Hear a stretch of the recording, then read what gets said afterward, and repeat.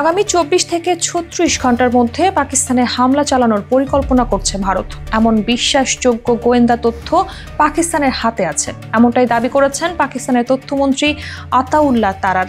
সাংবাদিকদের সঙ্গে আলাপকালে এমন মন্তব্য করেন তিনি।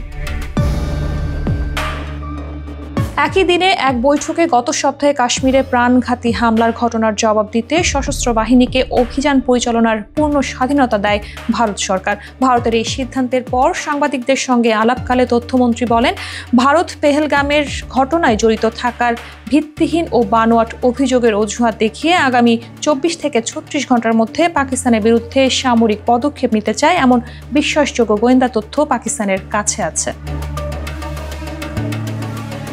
আতাউল্লাহ তারার বলেন, পাকিস্তান এই অঞ্চলে ভারতের স্বঘোষিত বিচারক ও সাজা কার্যকরের ভূমিকা তীব্রভাবে প্রত্যাখ্যান করছে। দেশটির এ আচরণ বেপরোয়া। পাকিস্তান নিজেই সশস্ত্রবাদের বড় ভুক্তভোগী এবং এই অভিশাপের যন্ত্রণা গভীরভাবে অনুধাবন করে।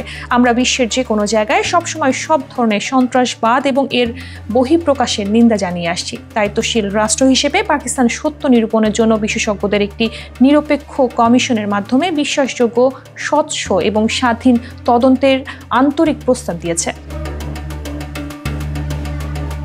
এছাড়া তিনি বলেন, দুর্ভাগ্যবশত যুক্তির পথ অনুসরণ করার পরিবর্তে ভারত স্পষ্টতই অযৌক্তিকতা এবং সংঘাতের বিপজ্জনক পথে হাঁটার সিদ্ধান্ত নিয়েছে, যার পরিণতি সমগ্র অঞ্চল এবং এর বাইরেও হতে পারে বিপর্যয়কর। বিশ্বাসযোগ্য তদন্ত এড়িয়ে যাওয়ায় ভারতের আসল মতলব প্রকাশের জন্য যথেষ্ট প্রমাণ।